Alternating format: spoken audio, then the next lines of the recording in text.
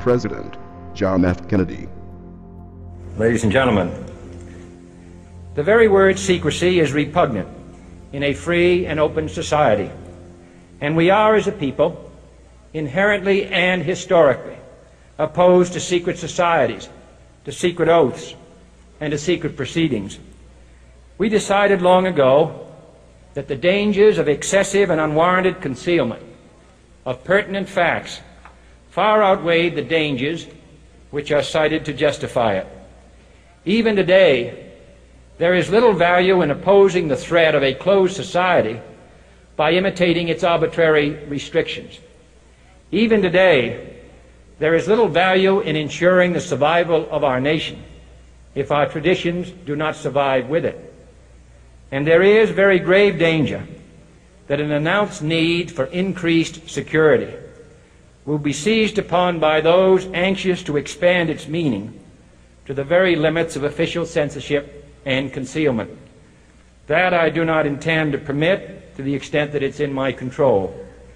And no official of my administration, whether his rank is high or low, civilian or military, should interpret my words here tonight as an excuse to censor the news, to stifle dissent, to cover up our mistakes, or to withhold from the press and the public the facts they deserve to know. For we are opposed around the world by a monolithic and ruthless conspiracy that relies primarily on covert means for expanding its sphere of influence, on infiltration instead of invasion, on subversion instead of elections, on intimidation instead of free choice, on guerrillas by night instead of armies by day. It is a system which has conscripted vast human and material resources into the building of a tightly knit, highly efficient machine that combines military, diplomatic, intelligence, economic, scientific, and political operations.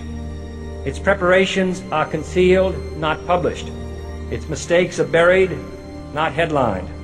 Its dissenters are silenced, not praised. Its dissenters are silenced, not praised.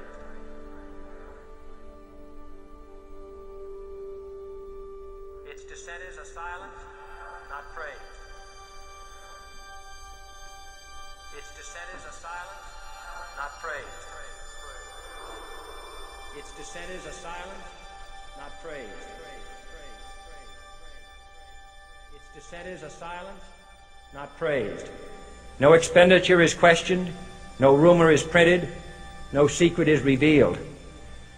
No president should fear public scrutiny of his program, for from that scrutiny comes understanding, and from that understanding comes support or opposition, and both are necessary.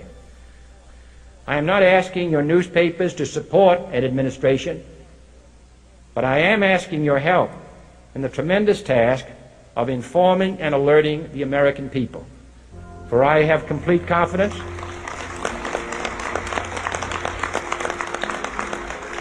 in the response and dedication of our citizens whenever they are fully informed. I not only could not stifle controversy among your readers, I welcome it. This administration intends to be candid about its errors, for as a wise man once said, an error doesn't become a mistake until you refuse to correct it. We intend to accept full responsibility for our errors, and we expect you to point them out when we miss them. Without debate, without criticism, no administration and no country can succeed, and no republic can survive. That is why the Athenian lawmaker Solon decreed it a crime for any citizen to shrink from controversy.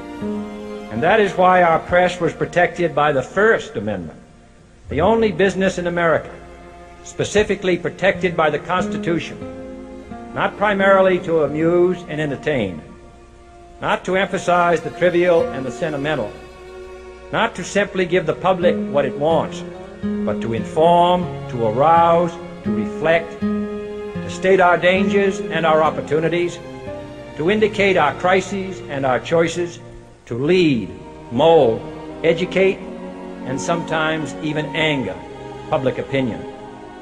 This means greater coverage and analysis of international news, for it is no longer far away and foreign, but close at hand and local. It means greater attention to improved understanding of the news, as well as improved transmission. And it means, finally, that government at all levels must meet its obligation to provide you with the fullest possible information outside the narrowest limits of national security. And so it is to the printing press, to the recorder of man's deeds, the keeper of his conscience, the courier of his news, that we look for strength and assistance, confident that with your help, man will be what he was born to be, free and independent.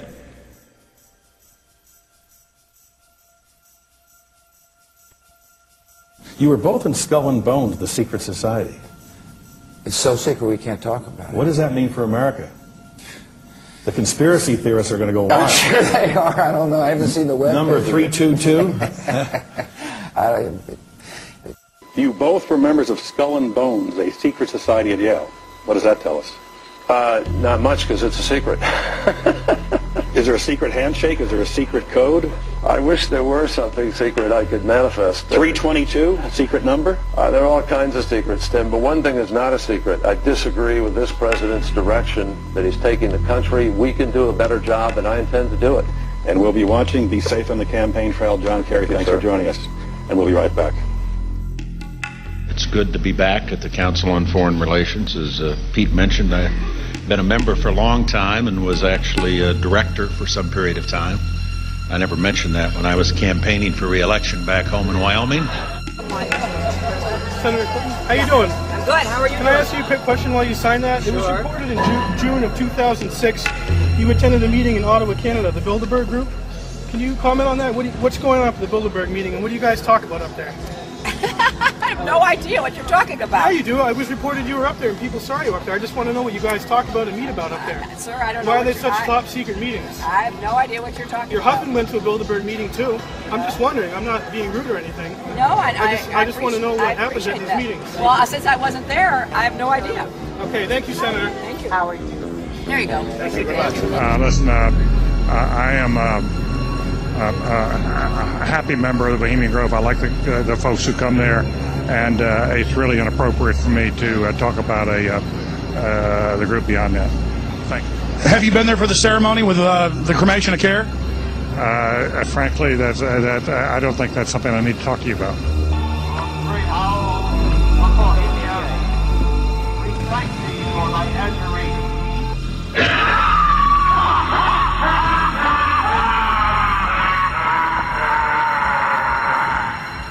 Have you been there for the ceremony with the cremation of care? Frankly, I don't think that's something I need to talk to you about. Really? That's right. Well, I'm Alex Jones, and I snuck in there in 2000. I'm the guy that blew it wide open and got the video. It's been on national TV. Well, I disrespect you for that. You do? I do. But it's a lot of big public officials going in there. Don't we deserve to know? I don't know anything about you, and I don't know anything about your film. But if you go in there with an understanding, you violated that understanding by releasing that film, and I don't respect you for that. Really? But we have public officials. I'm sorry. You took an understanding when you went in there that you would not do that film, and you did. Did you have an understanding when you went in there? No. Did you crash it? Yes. Yeah, and it has no trespassing signs there too, doesn't it? No, they put those after. Oh, I'm sorry. I'm sorry, sir. I've been there before. I know what the circumstances are, and I'm sorry you violated the understandings. That was not a gentlemanly thing to do. But what about the ritual? Is the ritual gentlemanly?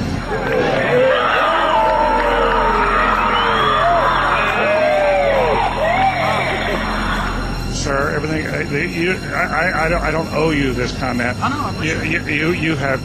This is what's called ambush journalism, and I disrespect you for that as well. So thank you and goodbye. The ritual? It's none of your damn business. Oh.